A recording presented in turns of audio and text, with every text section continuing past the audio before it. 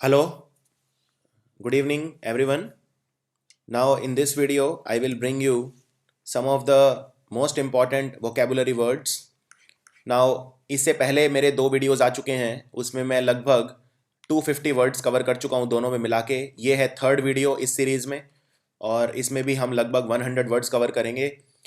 Words total हैं लगभग 25 से 30, लेकिन अगर आप उनके सिनोनिम्स और एंटोनिम्स वगैरह मिला दें तो मिनिमम 100-120 वर्ड्स इस वीडियो से कवर आपके आराम से हो जाएंगे। इसके अलावा एक वीडियो मैं और बना रहा हूं जिसमें पिछले 10 सालों में जितने भी शब्द एसएससी सीजीएल में पूछे हैं वो मैं सारे उसमें आपको कवर करूंगा, क्योंकि एसएससी में लगभग 20-25% वर्ड्स रिपीट होते हैं और यही सेम है बैंक पीओ में, उसमें भी 20-25% वर्ड्स रिपीट होते हैं और जो रेंज है वर्ड्स की वो बहुत ही कम है। फॉर एग्जांपल अगर आप कोई हाई लेवल का एग्ज़ाम देखते हैं जैसे जी मैट या जी आर ई, उसमें जो वर्ड्स हैं वो बहुत ही टफ लेवल के आते हैं, लेकिन जो एसएससी है उसमें बहुत ही टफ लेवल के वर्ड नहीं आते, लेकिन बहुत सारे वास्ट तरह के टॉपिक्स हैं जिनसे वर्ड्स आते हैं, तो वो सारे वर्ड्स भी कवर करेंगे और वो वीडियो 2 या 3 दिन तक अपलोड हो जाएगा। वो भी उसमें 130 वर्ड्स हैं टोटल जो पिछले 10 सालों के अंदर पूछे हैं, तो उनको मैं याद रखने के आपको ट्रिक्स भी बताऊंगा और उनसे मिलते जुलते जो वर्ड जिनके आने के चांसेस ज़्यादा हैं वो भी मैं कवर करूंगा। सो ये है थर्ड वीडियो वोकैब सीरीज़ में। सो स्टार्ट करता हूँ। इसका पैटर्न उसी तरह का रहेगा जिस तरह के पहले इससे दो वीडियोस मैंने बनाए हैं। इसमें मैं पहले एक शब्द बताऊंगा और फिर उससे मिलता जुलते शब्द बताऊंगा, सिनोनिम और एंटोनिम। तो सबसे पहला वर्ड है प्रिस्टीन। प्रिस्टीन का मतलब होता है बहुत ही साफ सुथरा, बहुत ही ज़्यादा बहुत ही ज़्यादा लुभावना, रमणीक, बहुत ही सुंदर, बहुत ही साफ सुथरा, जिसमें कोई दाग ना हो। जैसे फॉर एग्जांपल आप अगर किसी बीच पर घूमने जाते हैं तो आप बोलते हैं कि ये बहुत ही खूबसूरत थी, बहुत ही साफ सुथरी थी, एकदम क्लीन, यानी प्योर, एकदम प्योर, एकदम अनटेंटेड। अनटेंटेड वर्ड कहाँ से आया? टेंट करना मतलब किसी चीज़ को दाग, किसी चीज़ पर दाग लगाना। ये किसी भी तरह का दाग हो सकता है, जरूरी नहीं है ये कपड़ों पे जो दाग लगता है वैसा दाग हो या किसी चीज़ को गंदा करने के लिए दाग लगता है वैसा दाग हो। फॉर एग्जाम्पल किसी पर्सन की रेपुटेशन पे दाग लग सकता है, तो उसको फिर बोलेंगे कि ये टेंटेड पर्सन है। तो टेंट मतलब दाग और टेंटेड होगा दागी, यानी जिसके ऊपर दाग है। जैसे किसी के ऊपर अगर करप्शन का दाग है तो वो टेंटेड पर्सन है। जैसे जगदीश टाइटलर के ऊपर सिख पर दंगे करवाने का आरोप है तो वो टेंटेड पर्सनैलिटी है। तो अनटेंटेड क्या होगा? अन मतलब मैंने बताया था, जिस शब्द के आगे अन लग जाता है मतलब उल्टा हो जाता है। अनटेंटेड मतलब एकदम साफ सुथरा यानी प्योर। इसी तरह स्पॉट, स्पॉट बोलते हैं दाग को। स्पॉटलेस यानी स्पॉट नहीं हो जिसमें, वो है स्पॉटलेस, यानी अगेन एकदम प्योर। ओरिजिनल, ओरिजिनल अगर कोई चीज़ होती है तो वो भी बिल्कुल प्योर होती है, बाद में वो गंदी हो जाती है। क्लीन या वर्जिन, वर्जिन मतलब होता है एकदम अनछुआ, बिल्कुल। जैसे फॉर एग्जांपल मैं अगर किसी वर्जिन प्लेस में जा रहा हूं तो मतलब अनछुआ, तो इस सेंस में यूज़ करते हैं। और इसके उल्टे शब्द देखते हैं, जैसे कंटेमिनेटेड, कंटेमिनेट करना यानी किसी चीज़ को दूषित करना। फॉर एग्जांपल अगर हम पानी में सीवेज का पानी मिल जाएगा तो वो कंटेमिनेट हो जाएगा, यानी वो दूषित हो जाएगा, खराब हो जाएगा। पोल्यूटेड, अगेन पोल्यूशन अगर किसी चीज़ में हो गया तो वो भी खराब हो जाएगा। तो ये हैं इसके ऑपोजिट वर्ड्स। और इसके बाद अब देखते हैं अगला शब्द, वो है स्पॉटेड। तो जैसे स्पॉटलेस था, स्पॉटलेस मतलब एकदम प्योर, इसका उल्टा हो गया स्पॉटेड यानी दागदार। जैसे फॉर एग्जांपल स्पॉट वैसे किसको बोलते हैं? स्पॉट बोलते हैं दाग को भी बोल सकते हैं, या जैसे फॉर एग्जांपल चीता होता है, चीते की जो खाल होती है वो उस पर बहुत सारे धब्बे होते हैं, तो दाग को हम धब्बा भी बोल सकते हैं। तो धब्बों से युक्त उसे बोला जाता है स्पॉटेड। डैमेज्ड यानी अगेन जो खराब हो चुका है, जो डैमेज्ड है, जो स्पॉटेड है। अगेन स्पॉइल्ड भी वही है। स्पॉइल्ड दो चीज़ों के सेंस में यूज़ होता है। स्पॉइल्ड पर्सन यानी खराब, जो बिगड़ गया है, स्पॉइल्ड उस सेंस में यूज़ कर सकते हो, या फिर किसी वस्तु के लिए यूज़ कर सकते हो। अगर कोई वस्तु स्पॉइल्ड है तो मतलब खराब हो चुकी है। इम्प्योर मतलब जो पवित्र ना हो, इम्प्योर यानी अगेन दूषित। और डर्टी मतलब भी होता है गंदा। तो ये सारे शब्द यूज़ करते हैं हम गंदी चीज़ों के लिए, यानी ये हैं भिन्नार्थी शब्द प्रिस्टीन के और ये हैं समानार्थी शब्द। आगे देखते हैं कैस्टिगेट करना मतलब क्या होता है, कि what is the meaning of castigate. देखिए मान लीजिए अगर आपने होमवर्क नहीं किया तो टीचर आपको कैस्टिगेट करेगा। कैस्टिगेट करना यानी इंसल्ट करना किसी की, किसी को डांटना, किसी को किसी को किसी काम ना करने के लिए पनिश करना, किसी को सजा देना, किसी को ब्लेम करना, तो उसको बोलते हैं कैस्टिगेट करना। बहुत ही खूबसूरत शब्द है और बहुत ही ज़्यादा बार एग्जाम में पूछा जा चुका है, कम से कम 8-9 बार पूछा जा चुका है। तो कैस्टिगेट के सिनोनिम्स क्या हो गए? किसी को क्रिटिसाइज करना, क्रिटिसाइज करना यानी किसी की निंदा करना। किसी ने अगर कोई काम गलत किया उसको डांटना उस काम के लिए। क्रिटिसाइज करना, पनिश करना मतलब सजा देना। ब्लेम करना मतलब इल्जाम लगाना। तो ये सारे लगभग एक ही तरह के शब्द हैं। चास्टाइज करना भी वही है, किसी पे इल्जाम लगाना, किसी को सजा देना। स्कॉल्ड करना मतलब डांटना किसी को, जैसे टीचर आपको अक्सर डांटता है यानी स्कॉल्ड करता है। चाइड करना मतलब भी वही है कि किसी को इंसल्ट करना, डांटना। और सेंसुर करना भी किसी को डांटना। तो ये सारे के सारे शब्द एक जैसे हैं और सारे के सारे बहुत ही इंपॉर्टेंट हैं। अब देखते हैं इसके उल्टे शब्द। अब या तो आप किसी को डांटेंगे या किसी को भला बुरा बोलेंगे, किसी को इंसल्ट करेंगे, और दूसरा क्या होगा? दूसरा आप मतलब उसको माफ कर देंगे। तो टीचर अगर आपने होमवर्क नहीं किया तो 2 काम कर सकता है, डांटेगा तो मतलब कैस्टिगेट करेगा, और अगर वो आपको माफ कर देगा, यानी माफ करना यानी पार्डन कर देना। जैसे फॉर एग्जांपल अगर आप मान लीजिए किसी से बात कर रहे हैं और आपने अगर छींक मार दी तो आप क्या बोलते हैं? Pardon me. पार्डन मी मतलब मैं माफी चाहूंगा। या एक्सक्यूज मी, एक्सक्यूज मी मतलब भी मैं माफी चाहूंगा। इसी तरह जैसे किसी को अगर सड़क पे जाते हुए रोकना है तो आप क्या बोलते हैं कि आपको डिस्टर्ब करने के लिए माफी चाहता हूं, यानी एक्सक्यूज मी। स्पेयर कर देना यानी किसी को अगेन माफ कर देना, किसी को पनिश नहीं करना, माफ कर स्पेयर कर देना। कॉम्प्लीमेंट करना यानी किसी की तारीफ करना, तो ये भी बिल्कुल उल्टा है डांटने का। और कंडोन करना भी मतलब किसी को माफ कर देना, कंडोन। और प्रेज करना मतलब तारीफ करना। तो ये हैं इसके उल्टे शब्द कैस्टिगेट के। So I hope these words are clear to you. आगे देखते हैं। ये एक बहुत अच्छा शब्द है, फ्लैटरी। फ्लैटरी मतलब किसी को मक्खन लगाना। फ्लैटरी जैसे अगर आप किसी को खुश करने की कोशिश करते हैं, आप इसे चापलूसी भी बोल सकते हैं। यानी कि थोड़ी बहुत चापलूसी करना, थोड़ा बहुत मक्खन लगाना, बटरिंग करना। हम एक जनरल भाषा में वर्ड यूज़ करते हैं, हालांकि ऐसा इंग्लिश में कोई शब्द नहीं है बटरिंग, लेकिन जैसे बोलते हैं कि मक्खन लगाना तो उसको लिटरली कई बार हम बोल देते हैं कि बटरिंग करना। तो वैसे इंग्लिश में ऐसा कोई शब्द नहीं है बटरिंग, लेकिन आप समझ गए होंगे मैं क्या कहना चाह रहा हूँ। यूलोजी, देखिए यूलोजी होता है किसी की बहुत ज़्यादा तारीफ करना। यू, वैसे मैं एक चीज़ बता दूं आपको, अगर आप इंग्लिश में किसी शब्द के आगे ई यू यानी यू लगाते हैं, ई यू, इसका मतलब होता है कि अच्छा। तो फॉर एग्जाम्पल अगर मैं यूलॉजी कर रहा हूं यानी अच्छी बात कर रहा हूं, अच्छी तारीफ कर रहा हूं, तो ई यू से कोई भी शब्द आप ले लीजिए जिसके आगे ई यू लगाए। फॉर एग्जाम्पल इस तरह का एक शब्द होता है जो एग्जाम में अक्सर पूछा जाता है, और वो शब्द है यूथेनीसिया। ये शब्द भी एग्जाम में अक्सर पूछा जाता है। यूथेनीसिया मतलब क्या होता है? यूथेनीसिया मतलब होता है एक शांत मौत, एक अच्छी मौत। एक अच्छी मौत से मतलब क्या है? मौत अच्छी कैसे हो सकती है? तो यूथेनीसिया मतलब होता है, इसको अंग्रेजी में बोला जाता है मर्सी किलिंग। मतलब कोई अपनी ज़िंदगी से बहुत ज़्यादा परेशान है और उसके इतना ज़्यादा परेशान है कि उसके लिए मौत ज़्यादा अच्छी रहेगी, तो उसको बोलते हैं मर्सी किलिंग। जैसे फॉर एग्जांपल अगर कोई पेशेंट है और वो कैंसर से तड़प रहा है। कैंसर का दर्द आप जानते हैं, दुनिया में सबसे ज़्यादा असहनीय दर्द माना जाता है कैंसर का दर्द सबसे ज़्यादा। तो अगर कोई पेशेंट मान लीजिए और उसके बचने के कोई चांस नहीं है, तो कई कंट्रीज़ ऐसे हैं जो यूथेनेसिया अलाउ करते हैं।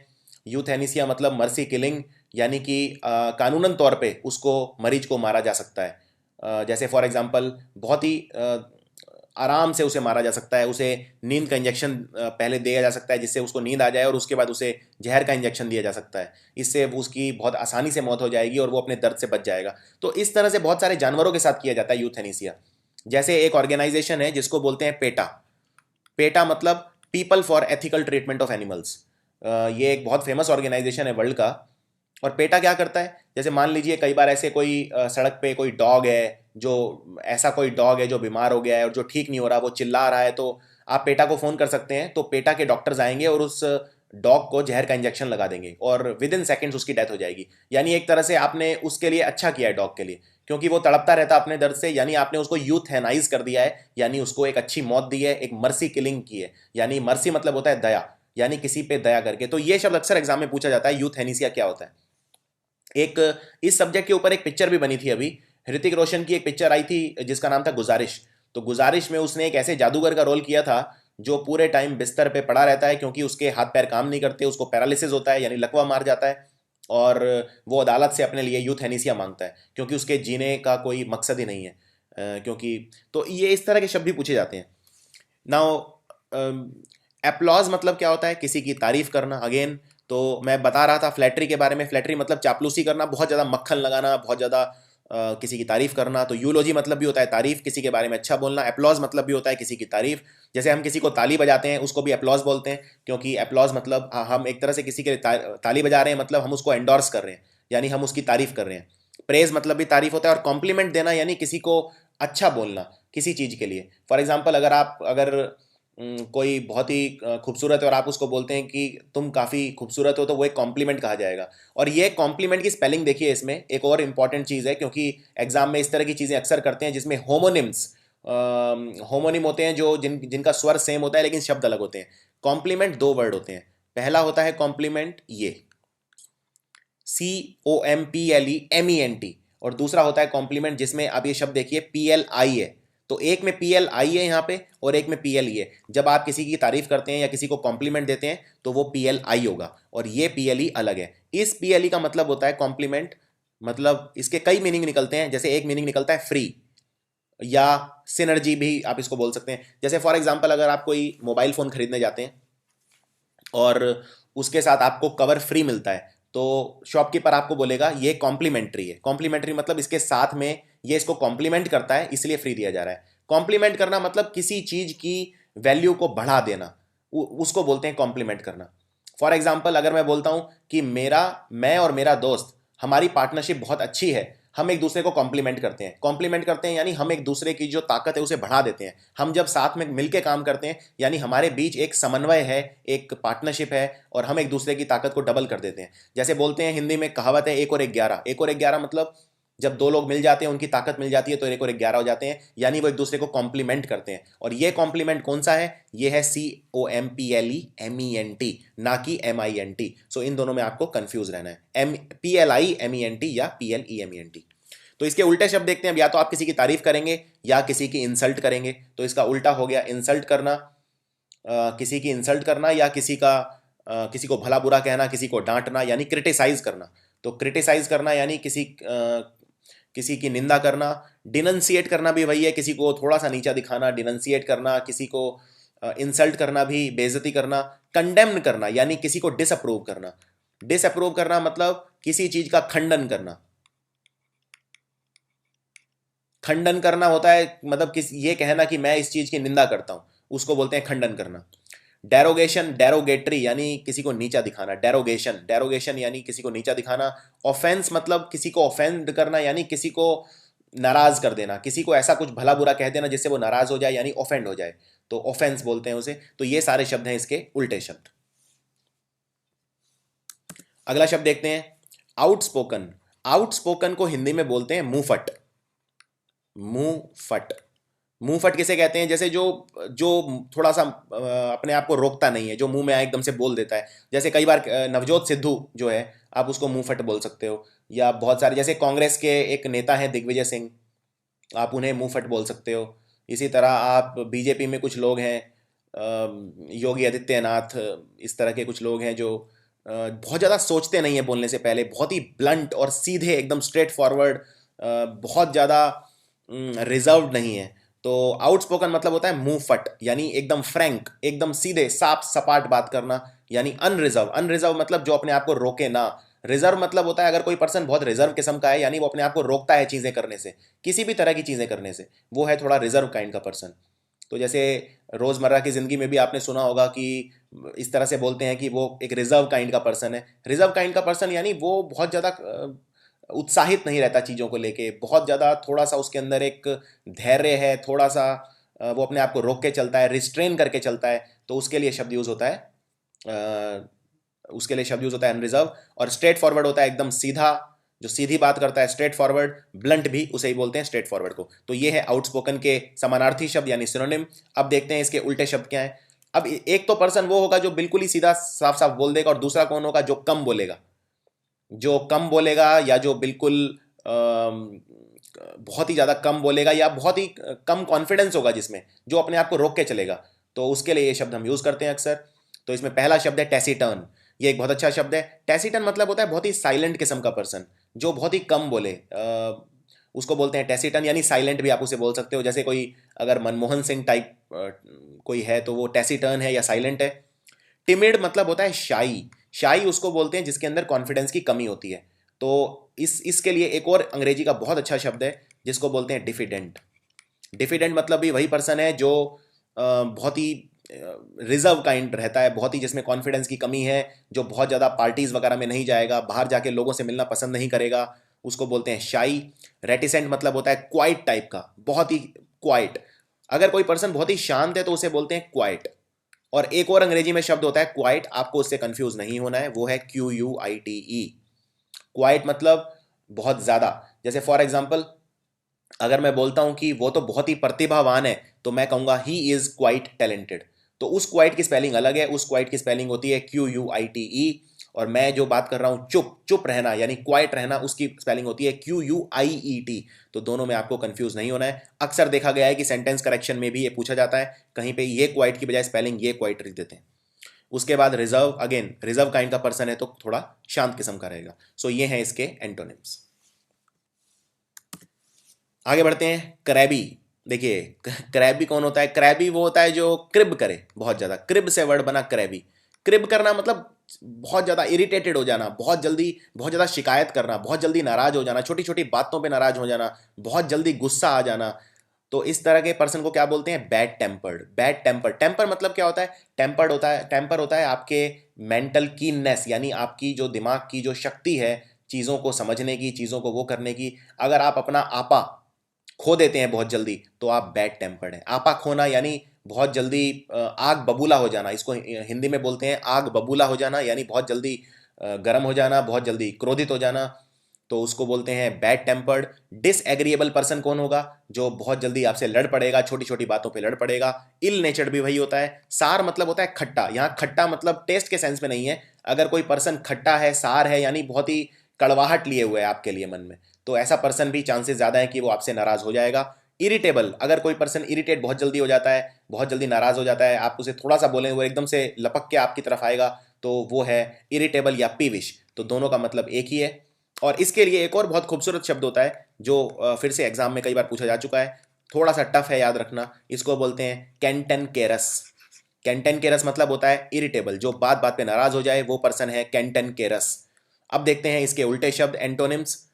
अब एक पर्सन तो ऐसा होगा जो बहुत ही जल्दी नाराज हो जाएगा, और दूसरा कैसा होगा? जो बहुत ही फ्रेंडली किस्म का होगा, दोस्ताना संबंध बना के रखेगा, जल्दी नाराज नहीं होएगा, यानी उसको बोलते हैं गुड नेचर। गुड नेचर मतलब अच्छी आदतों वाला, अच्छे सोच सोच समझ के जो रहे, जो बहुत ज़्यादा फ्रेंडली हो आपसे, यानी कॉर्डियल। कॉर्डियल शब्द के बना कॉर्ड से, कॉर्ड मतलब होता है हार्ट, तो अगर दो लोगों के हार्ट मिल जाते हैं तो यानी वो हो जाते हैं कॉर्डियल। एफेबल मतलब होता है फ्रेंडली। अगेन ये सारे शब्द का मतलब एक ही है। प्लेजेंट मतलब होता है जिससे बात करके खुशी हो, जो बहुत ही फ्रेंडली किस्म का हो। Pleasant, pleasant personality, very pleasing personality. Amiable मतलब होता है फ्रेंडली। जीनियल मतलब भी होता है फ्रेंडली। और स्वीट मतलब बहुत ही मिठास जिसके अंदर हो, जिस पर्सन के अंदर he is a very sweet person. तो ये सारे हैं इसके उल्टे शब्द। सारे ही वर्ड बहुत अच्छे हैं, इनमें खासकर कॉर्डियल, एफेबल और एमिएबल अक्सर पूछे जाते हैं। अब बात करते हैं अगला शब्द, ये भी एक अच्छा शब्द है, ऑक्सिलरी। ऑक्सिलरी मतलब होता है सपोर्ट, जो सपोर्ट करे एक चीज़ को। जैसे फॉर एग्जाम्पल एक ऑक्सिलरी वर्ब भी होता है। मान लीजिए अगर मैं बोलता हूँ मैं तैर रहा हूँ, यानी आई एम स्विमिंग, ये प्रेजेंट कंटिन्यूस टेंस है, मैं तैर रहा हूँ, आई एम स्विमिंग। अब इसमें वर्ब अगर मैं बोलूँ, वर्ब कौन सी है, तो स्विमिंग है मेन वर्ब और एम है हेल्पिंग वर्ब। हेल्पिंग मतलब ऑक्सिलरी वर्ब। ऑक्सिलरी कौन होता है? ऑक्सिलरी जैसे फॉर एग्जांपल ऑक्सिलरी वो होता है जो आपकी हेल्प करता है, बस सिंपल वे में आपको याद रखना है, जो आपकी मदद करे वो है ऑक्सिलरी बस। जैसे फॉर एग्जांपल आपके घर में अगर कोई काम वाली है तो वो ऑक्सिलरी है, या फॉर एग्जांपल क्योंकि वो आपकी हेल्प कर रही है। या जैसे फॉर एग्जांपल आपके अगर आप हॉस्पिटल में एडमिट हैं तो आप बोल सकते हैं कि जो नर्स है, नर्स एक ऑक्सिलरी है। तो जो भी आपकी मदद करता है, जो भी सबॉर्डिनेट है, उसको बोलते हैं ऑक्सिलरी। तो यानी ये मेन पर्सन नहीं होता, मेन चीज नहीं होती। जैसे अगर आप ये सेंटेंस देखें आई एम स्विमिंग, तो इसमें स्विमिंग है मेन वर्ब लेकिन एम है हेल्पिंग वर्ब। तो मेन चीज नहीं, मेन के अलावा जो चीज होती है वो ऑक्सिलरी होती है। फॉर एग्जाम्पल हॉस्पिटल में जो मेन है वो तो डॉक्टर होता है, जो आपकी सर्जरी करेगा, जो आपको एडवाइस देगा। लेकिन दूसरे नंबर पे कौन होती है? ऑक्सिलरी, यानी नर्स। तो नर्स को इसलिए बोलते हैं ऑक्सिलरी। यानी दूसरी चीज, सेकेंडरी, प्राइमरी नहीं। प्राइमरी मतलब पहला, सेकेंडरी को बोलते हैं ऑक्सिलरी या स्पेयर, सपोर्टिंग, एडिशनल, हेल्पिंग या सबऑर्डिनेट। तो ये सारे होते हैं अब जैसे सबॉर्डिनेट किसको बोलते हैं? सबॉर्डिनेट वैसे बोलते हैं जूनियर को। जैसे कंपनी में एक तो होता है बॉस, और बॉस के जो नीचे काम करता है वो है सबॉर्डिनेट, यानी जो हेल्प करता है बॉस की वो है सबॉर्डिनेट। सबॉर्डिनेट यानी ऑक्सिलरी। और इसका उल्टा क्या होगा? अब एक तो होता है सेकंड इन कमांड जो कि ऑक्सिलरी है, लेकिन एक होगा मेन। जैसे हॉस्पिटल में मेन कौन होता है? डॉक्टर। तो इसका उल्टा शब्द क्या हो जाएगा ऑक्सिलरी का? मेन। जैसे यहाँ पे एम तो है ऑक्सिलरी वर्ब या हेल्पिंग वर्ब, और मेन वर्ब कौन सी है? स्विमिंग। तो मेन या चीफ या प्राइमरी या असेंशियल या प्रिंसिपल, मेजर या फंडामेंटल, तो ये इन सब का ही मतलब होता है जो मेन चीज़ होती है उसे बोलते हैं फंडामेंटल, और जो साइड साइड में जो चीज़ होती है जो हेल्प करती है उसे बोलते हैं ऑक्सिलरी। आगे बढ़ते हैं। फैसाइल। फैसाइल मतलब होता है जो बोल चाल का बहुत अच्छा हो, जो जब बोले तो ऐसा लगे कि उसके मुंह से शब्द एकदम बह रहे हैं। तो इसके लिए जो सबसे इंपॉर्टेंट वर्ड है वो है एलोक्वेंट। एलोक्वेंट शब्द कहाँ से बना? लॉक। एलोक्यू मतलब होता है बात करना, टू टॉक, और जो आदमी बहुत ज़्यादा बातें करता है उसे बोलते हैं लोक्वेशियस। लोक्वेशियस बोलते हैं बातूनी को, जो बहुत ज़्यादा बातें करे, जो पूरे टाइम बोलता ही रहे, उसे बोलते हैं लोक्वेशियस। या इसके लिए एक और शब्द यूज़ होता है गैरुलस। ये दोनों ही शब्द बहुत अच्छे हैं और बहुत बार पूछे जा चुके हैं एग्जाम में। लोक्वेशियस और गैरुलस दोनों का मतलब होता है बातूनी व्यक्ति। और बातूनी व्यक्ति के लिए दो शब्द और बहुत अच्छे हैं जो एग्जाम में अक्सर पूछे जाते हैं। एक है वोसिफेरस और दूसरा है वोकल, लेकिन दोनों में थोड़ा सा फर्क है। वोसिफेरस और वोकल हम बोलते हैं कि ये किसी मुद्दे को लेके बातूनी है, ये वैसे बातूनी नहीं है, ये कोई नेगेटिव वर्ड नहीं है वोसिफेरस और वोकल। जैसे फॉर एग्जाम्पल, आप हो सकता है बहुत ही शांत किस्म के हों, लेकिन कुछ मुद्दों की जब बात आए तो हो सकता है आप बहुत ज़्यादा उस बारे में बोलना पसंद करें। जैसे फॉर एग्जाम्पल, मान लीजिए आप क्रिकेट के शौकीन हैं, तो वैसे तो आप जनरली शांत रहते हैं किसी ग्रुप के अंदर, लेकिन जब क्रिकेट की बात उठ जाती है तो आप फिर बहुत ज़्यादा बोलना स्टार्ट कर देते हैं, आप उस कन्वर्सेशन में भाग लेना पसंद करते हैं। यानी आप क्रिकेट को लेकर काफ़ी वोसिफेरस हैं या वोकल हैं। इसका मतलब किसी खास मुद्दे पे बोलना, उसके लिए ये दोनों शब्द यूज़ करते हैं, वोसिफेरस या वोकल। लेकिन जनरली पूरे टाइम बकबक करना, पूरे टाइम बहुत ज़्यादा बातूनी होना, तो वो एक अलग चीज़ है। बातूनी थोड़ा सा नेगेटिव वर्ड में आ जाता है कि जो ज़रूरत से ज़्यादा बोले, लेकिन वोसिफेरस और वोकल बहुत ज़्यादा नेगेटिव नहीं है। इनको नेगेटिव तरह से भी यूज़ किया जा सकता है और पॉजिटिव तरह से भी यूज़ किया जा सकता है। तो जो बोलने में बहुत अच्छा हो, यानी एकदम फ्लुएंट हो। फ्लुएंट मतलब जिसके मुंह से शब्द बह रहे हो। जैसे अक्सर फ्लुएंट हम यूज़ करते हैं भाषा के लिए। फॉर एग्जाम्पल, अगर आपको किसी से पूछना है कि क्या आप अंग्रेजी बहुत अच्छे से बोलते हैं, तो आप पूछेंगे are you fluent in English. इसका मतलब क्या आप अंग्रेजी बहुत अच्छे से बोल पाते हैं। फ्लुएंट शब्द कहाँ से बना? फ्लुएंट शब्द बना फ्लो से। फ्लो मतलब बहना, यानी एक तरह से आप पूछ रहे हैं क्या आपके मुंह से अंग्रेजी के शब्द बहते हैं, क्या आप फ्लुएंट हैं। और एलोक्वेंट मतलब भी होता है वही, यानी जो बोलचाल में बहुत अच्छा हो। एलोक्वेंट लॉक से शब्द बना एलोक्वेंट। क्विक मतलब जो तेज तेज जल्दी जल्दी बोलता हो, तो वही पर्सन बहुत जल्दी जल्दी बोल सकता है जो किसी भाषा में बहुत अच्छा हो। Smooth, again smooth. इसके लिए एक और शब्द बहुत अच्छा है जो अक्सर पूछा जाता है, ग्लिब। ग्लिब मतलब भी होता है स्मूथ, लेकिन ये ग्लिब कई सेंस में यूज हो सकता है। मान लीजिए आपने कोई पेन खरीदा और आप उससे लिख रहे हैं, और अगर वो पेन बहुत स्मूथ चलता है तो आप बोल सकते हैं मेरा पेन तो बहुत ग्लिब लिखता है। ग्लिब लिखता है यानी बहुत ही प्यारा लिखता है, बहुत ही स्मूथ लिखता है, और रफ नहीं लिखता है। लेकिन अगर कोई पर्सन बोलने में स्मूथ है, इसका मतलब कि उसको सुन के बहुत अच्छा लगता है, उसके मुंह से शब्द बहते हैं और वो भाषा में बिल्कुल रुकता नहीं है, यानी उसकी जो शब्दों पे कमांड है वो बहुत अच्छी है। और इसके उल्टे शब्द क्या होंगे देखते हैं। तो स्मूथ का उल्टा क्या होगा? Hard, of course. Complex, difficult, clumsy. Clumsy मतलब होता है जिसमें कोई गुण ना हो, कोई स्किल जिसके अंदर ना हो। ऑकवर्ड होता है जो थोड़ा अजीब सा, ऑकवर्ड। ऑकवर्ड मतलब अजीब। आप ऑकवर्ड के लिए एक शब्द और यूज कर सकते हो, वियर्ड, और या कॉम्प्लिकेटेड। तो ये सारे शब्द हो गए इसके उल्टे। कोई चीज़ सिंपल है तो वो फैसाइल है। आप इसको फैसाइल को बोल सकते हो सिंपल। सिंपल के सेंस में भी ये वर्ड यूज़ होता है। अगर कोई काम बहुत आसान आसान है, यानी अगेन क्विक, जल्दी से हो जाता है, आपको उसमें महारत हासिल है, तो यानी कि वो है फैसाइल। और इसमें एक चीज़ और याद रखनी है, फैसाइल सिंपल। कई बार कुछ काम इतने ज़्यादा सिंपल होते हैं कि ऐसा लगता है कि एकदम जैसे केक के अंदर से चक्कू निकालने जितना आसान, इतना आसान काम था ये। तो उसके लिए भी शब्द है हमारे पास।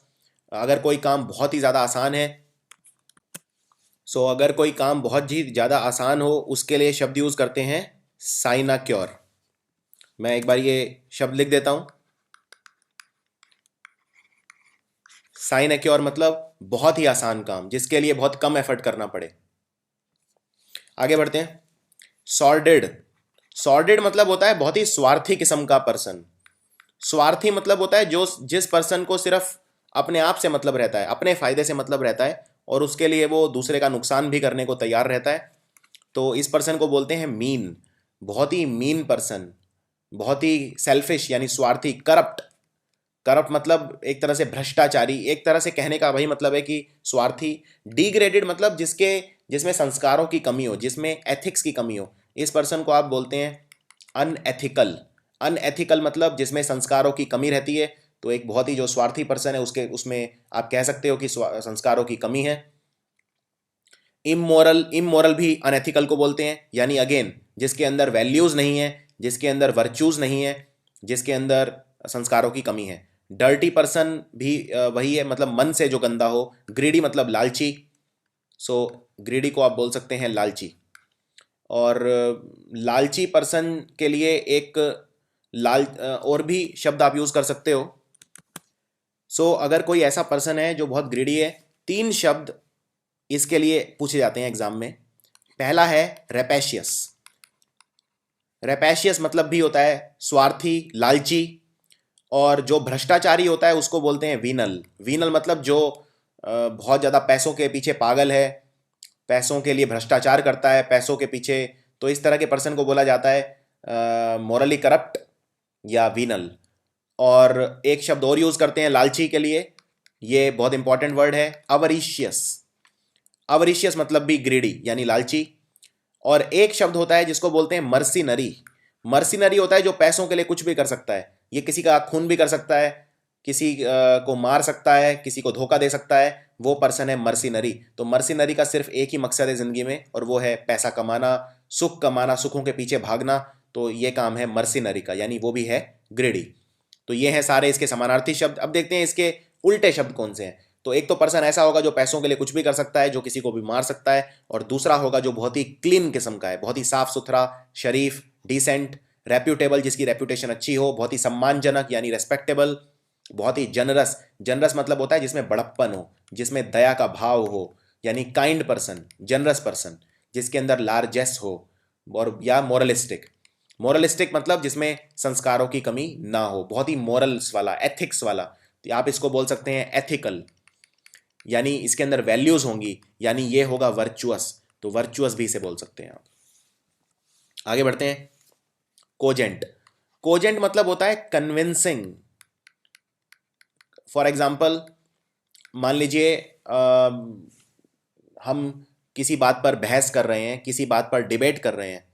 तो मेरा ओपिनियन, मेरा जो पॉइंट ऑफ व्यू है वो आपसे अलग है। तो आप अगर मेरा पॉइंट ऑफ व्यू चेंज करना चाहते हैं तो आपको क्या करना होगा, मुझे कोई बहुत ही ज़्यादा कन्विंसिंग आर्ग्यूमेंट देनी पड़ेगी। कन्विंसिंग मतलब जो मुझे कन्विंस करे, जो मुझे परसुएड करे, जिसको सुन के मुझे लगे कि हाँ भाई मुझे अपना पॉइंट ऑफ व्यू बदलना चाहिए। तो उसको बोलते हैं कोजेंट यानी कन्विंसिंग। तो आपका आर्ग्यूमेंट कन्विंसिंग होना चाहिए अगर आप किसी दूसरे को मनाना चाहते हैं तो कंपेलिंग। कंपेलिंग मतलब जो आपको फोर्स कर दे, जो आपको मजबूर कर दे अपने आप को बदलने के लिए, कंपेलिंग।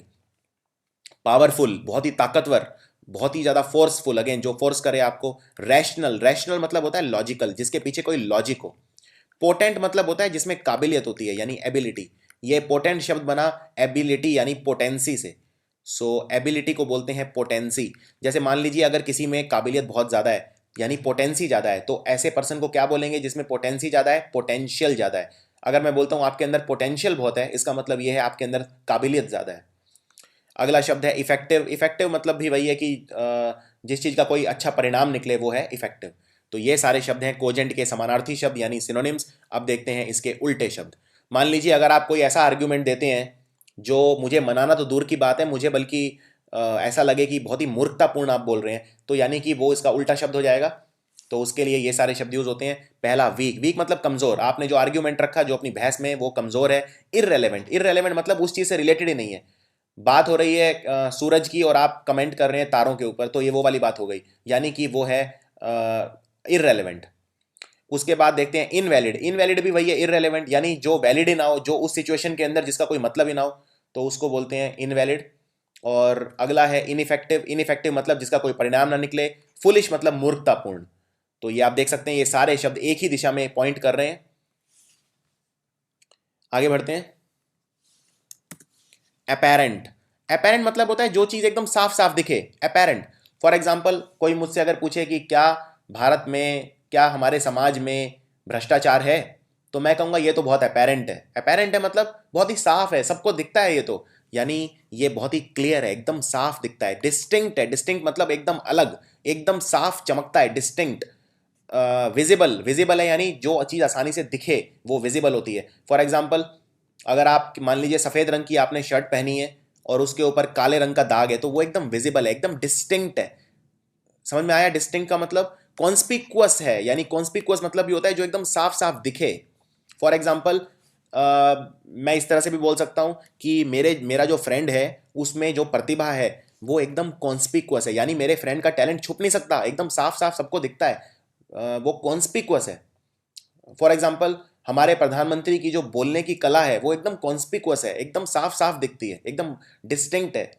ऑब्वियस, बहुत ही ऑब्वियस है, यानी बहुत ही आसानी से आप उसको देख सकते हैं। या एविडेंट है, एविडेंट मतलब एविडेंस हो जिस चीज़ का वो है एविडेंट। एविडेंस होता है सबूत, यानी उसी चीज़ का सबूत होगा जो एकदम साफ साफ दिखेगा, तो आप उसको बोल सकते हैं एविडेंट है। कोई चीज़ अगर बिल्कुल एविडेंट है यानी बहुत ही साफ दिखती है, बहुत ही ज़्यादा ऑब्वियस है। अब देखते हैं इसके उल्टे शब्द, एंटोनिम्स। अब कोई चीज़ या तो बहुत साफ साफ दिखेगी या छुपी हुई रहेगी। तो अगर मान लीजिए आपके अंदर कोई प्रतिभा है और आप उसे दिखाते नहीं है तो वो छुप जाएगी, यानी हिडन हो जाएगी। किसी चीज़ को हाइड करना यानी छुपाना, तो हिडन है। इनविजिबल, इनविजिबल मतलब अदृश्य, जो दिखाई ना दे वो है अदृश्य। बिहाइंड यानी पीछे की तरफ जो हो, जो छुप के रहे। एम्बिगुअस अगेन, जो बहुत ही क्लियर ना हो। ऑब्सक्योर मतलब और एम्बिगुअस मतलब सेम होता है। ऑब्सक्योर मतलब होता है जो बिल्कुल अलग हो, जो एकदम अगेन छुपी हुई हो, जो जहाँ पे बहुत ज़्यादा, जैसे मान लीजिए अगर मैं बोलता हूँ कि मैं किसी ऑब्सक्योर प्लेस पे जा रहा हूँ। ऑब्सक्योर प्लेस मतलब जो बिल्कुल साफ ना हो, मतलब साफ इन द सेंस कि जहाँ पे बहुत ज़्यादा लोग ना जाते हो, जो बहुत ही ऑब्वियस ना हो, जहाँ बहुत ज़्यादा भीड़ ना हो, यानी ऑब्सक्योर प्लेस। तो ये उस सेंस में यूज़ होता है। मिस्टीरियस मतलब भी वही होता है, मिस्टीरियस प्लेस यानी कोई ऐसी प्लेस जिसे बहुत कम लोग जानते हो। तो ये आप किसी भी सेंस में यूज़ कर सकते हैं, जरूरी नहीं है ये सिर्फ किसी प्लेस के लिए यूज़ करना है, किसी जगह के लिए यूज़ करना है, किसी भी चीज़ के लिए यूज़ कर सकते हैं मिस्टीरियस।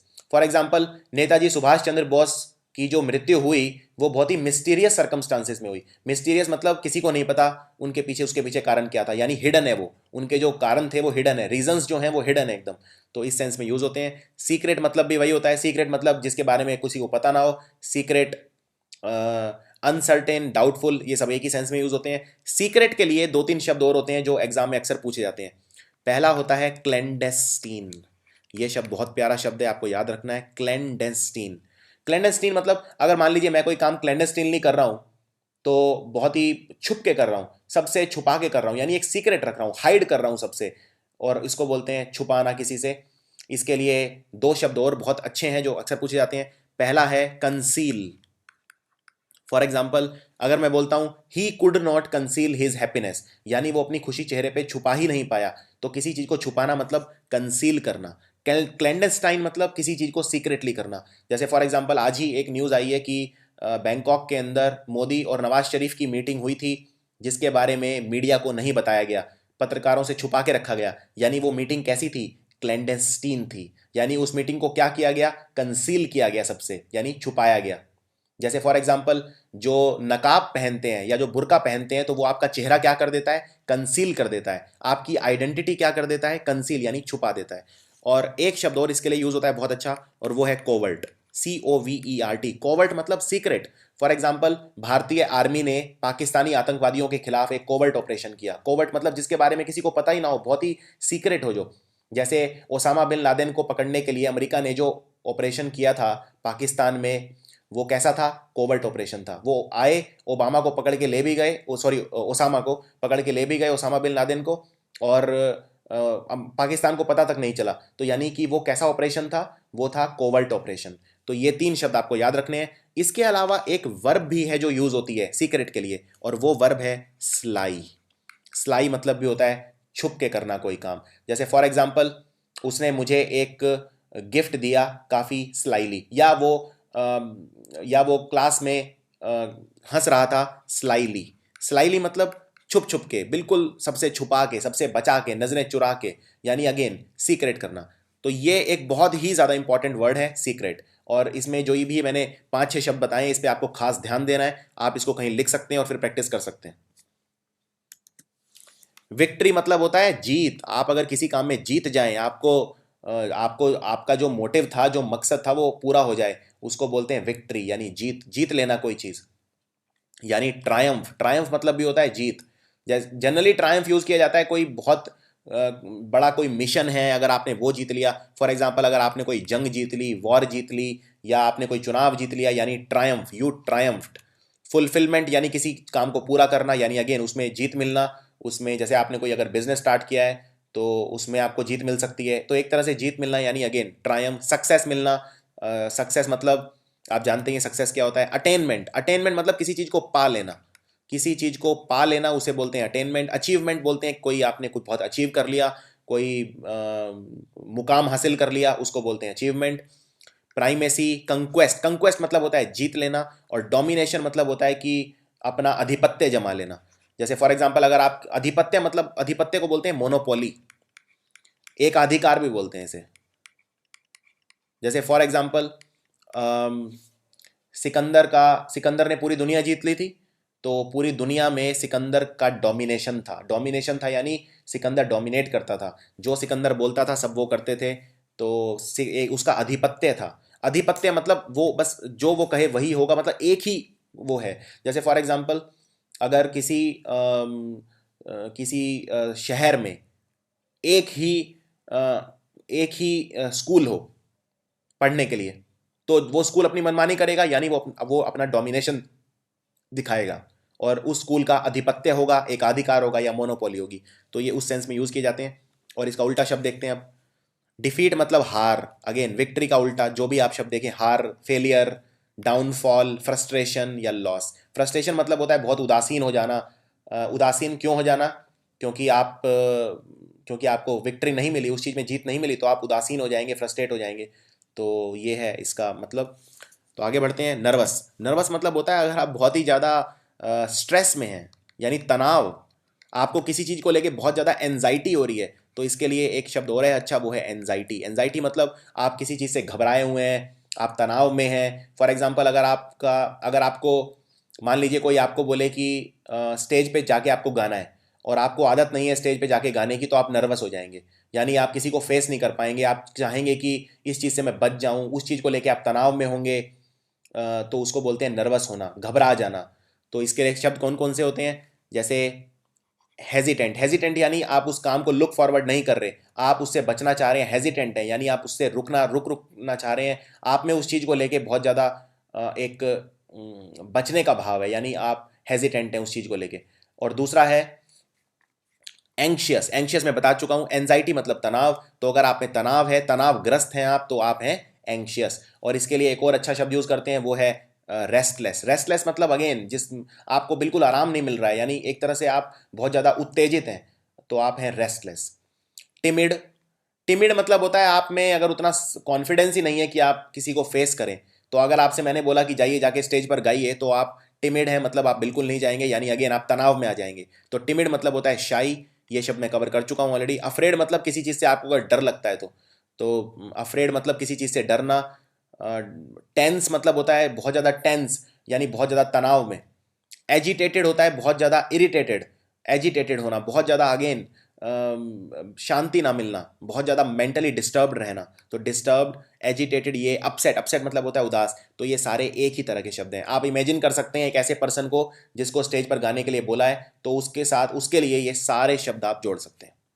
अब देखते हैं इसके उल्टे शब्द। इसका उल्टा पर्सन कौन होगा? एक अगर मैं किसी को बोलूं कि जाके परफॉर्म करो, तो वो फटाफट चला जाएगा, उसमें बहादुरी होगी, यानी करेज होगा उसके अंदर, साहस होगा। सीरीन, सीरीन मतलब होता है बहुत ही काम, बहुत ही शांत, जिस जो कहेगा हाँ ठीक है कोई फर्क नहीं पड़ता, मैं जाता हूँ और जाके परफॉर्म कर देता हूँ, यानी शांत है।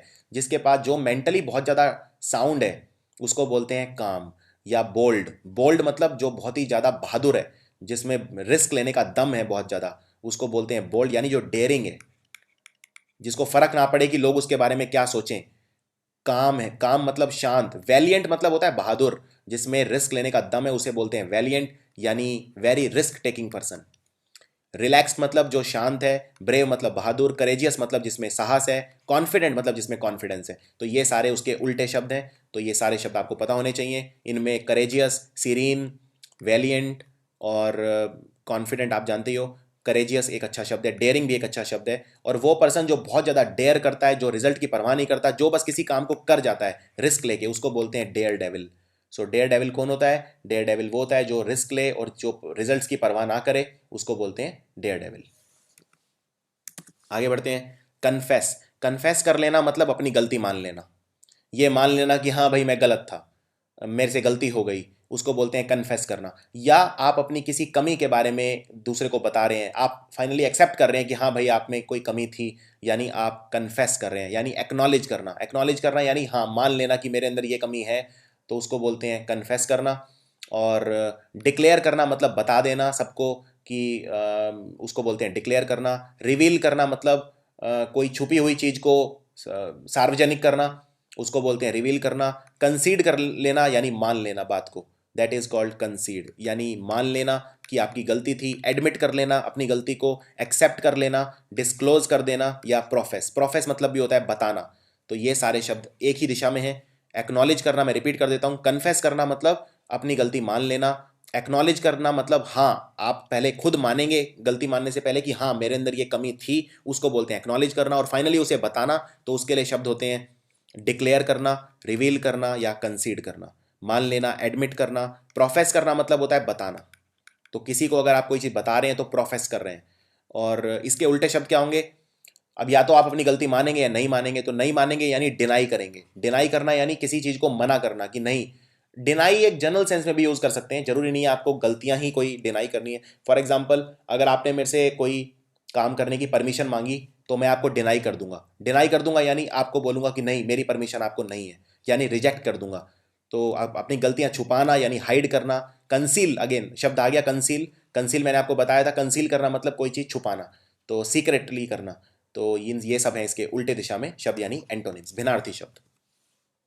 आगे बढ़ते हैं। कैलस।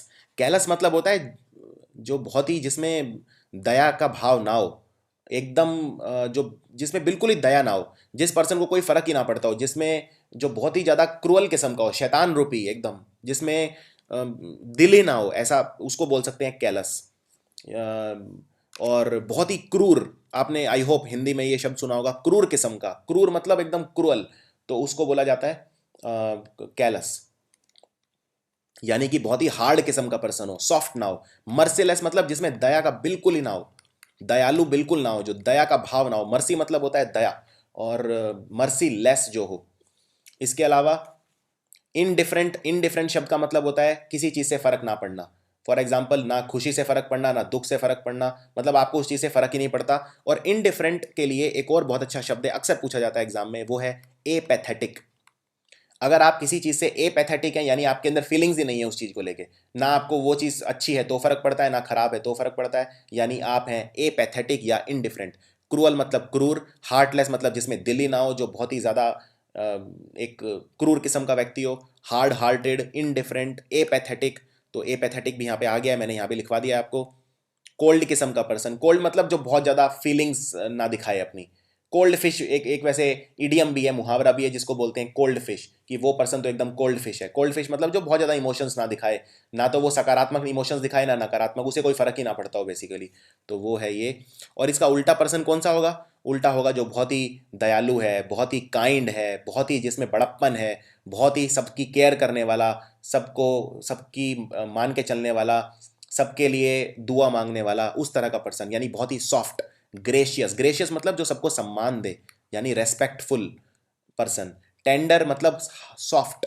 टेंडर मतलब जिसके दिल में बहुत ही सबके लिए प्यार हो। ह्यूमेन मतलब जो मानवीय हो, यानी एक मानव के गुण हो जिसके अंदर। और क्रूअल, कैलस मतलब अमानवीय।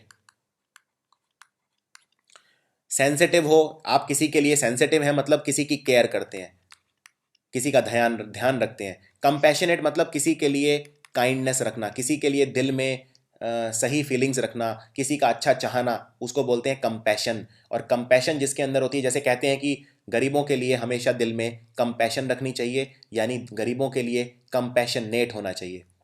सिंपैथेटिक होना चाहिए, यानी सहानुभूति रखना। किसी के लिए सहानुभूति भी वही होता है, अगर आप किसी की परवाह करते हैं तो उसके लिए सहानुभूति रखते हैं, उसका अच्छा चाहते हैं आप चाहते हैं उसके उसके साथ कुछ भी गलत ना हो। और अफेक्शनेट मतलब किसी के लिए दिल में प्यार होना, किसी के लिए चाहत होना, यानी उसके लिए अफेक्शन होना। अफेक्शन मतलब लव। तो ये हैं इसके भिन्नार्थी शब्द। So I hope you are understanding these words and these are extremely extremely important words. आगे बढ़ते हैं। प्रोडिगल, ये भी बहुत अच्छा शब्द है प्रोडिगल।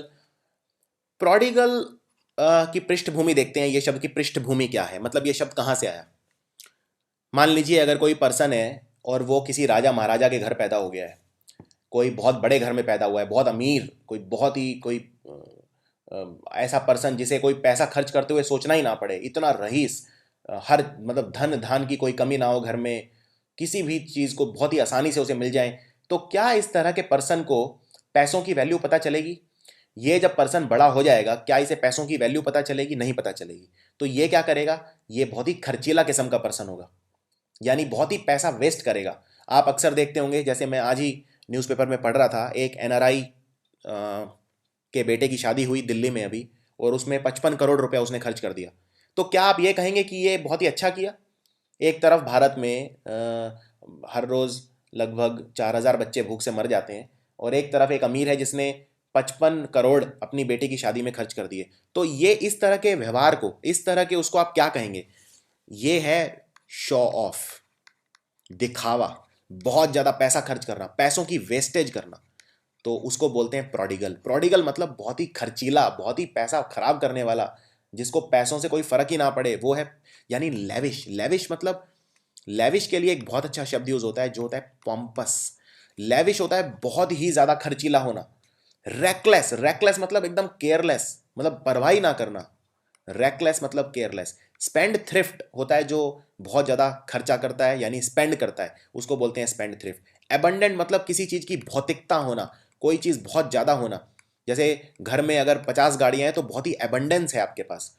तो एक्स्ट्रावेगेंट होना यानी बहुत ही ज़्यादा खर्चीला, अगेन खर्चीला होना, या वेस्ट्रल। तो इसके लिए और दो तीन शब्द बहुत अच्छे हैं जो आपको याद रखने हैं। वेस्टेज को बोलते हैं प्रोफ्लीगेसी, ये शब्द आप लिख सकते हैं। प्रोफ्लीगेसी इज कॉल्ड वेस्टेज, और जो पर्सन बहुत ज्यादा खर्चा करे उसे बोलते हैं प्रोफ्लीगेट, यानी जो प्रोफ्लीगेसी बहुत ज्यादा करेगा वो होगा प्रोफ्लीगेट। और इसका उल्टा शब्द क्या होगा? दूसरी तरफ पर्सन कैसा होगा? बहुत ही सोच समझ के खर्चा करने वाला, यानी किफायती। देखिए, किफायती कंजूस नहीं होता।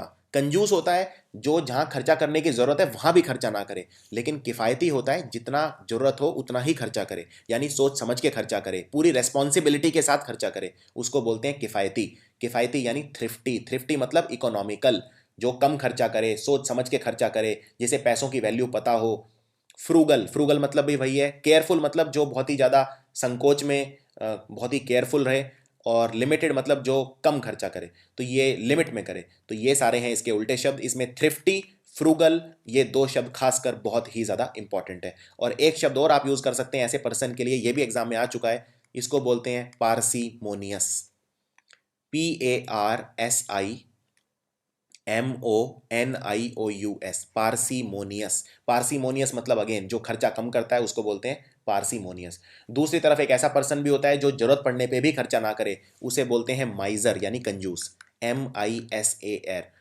MISER, माइजर। इसको आप निगर्ड भी बोल सकते हैं, जो पेनी पिंचर भी बोल सकते हैं, यानी जो एक एक पैसा बचाता है, जो बहुत ही ज़्यादा कंजूसी करता है, उसको बोलते हैं निगर्ड। एक और शब्द है NIGGARD, निगर्ड मतलब कंजूस, माइजर मतलब भी कंजूस, और आप इसे पेनी पिंचर भी बोल सकते हैं। PENNYPINCHER। तो ये नेगेटिव वर्ड्स हैं, कंजूस, पेनी पिंचर और निगर्ड नेगेटिव वर्ड है, लेकिन सोच समझ के खर्चा करना यानी थ्रिफ्टी होना, फ्रूगल होना, ये एक बिल्कुल पॉजिटिव वर्ड है। आगे बढ़ते हैं। ओमिनस। ओमिनस मतलब खतरनाक। कोई चीज़ ओमिनस है यानी खतरनाक है, यानी उस चीज़ से आपको खतरा है।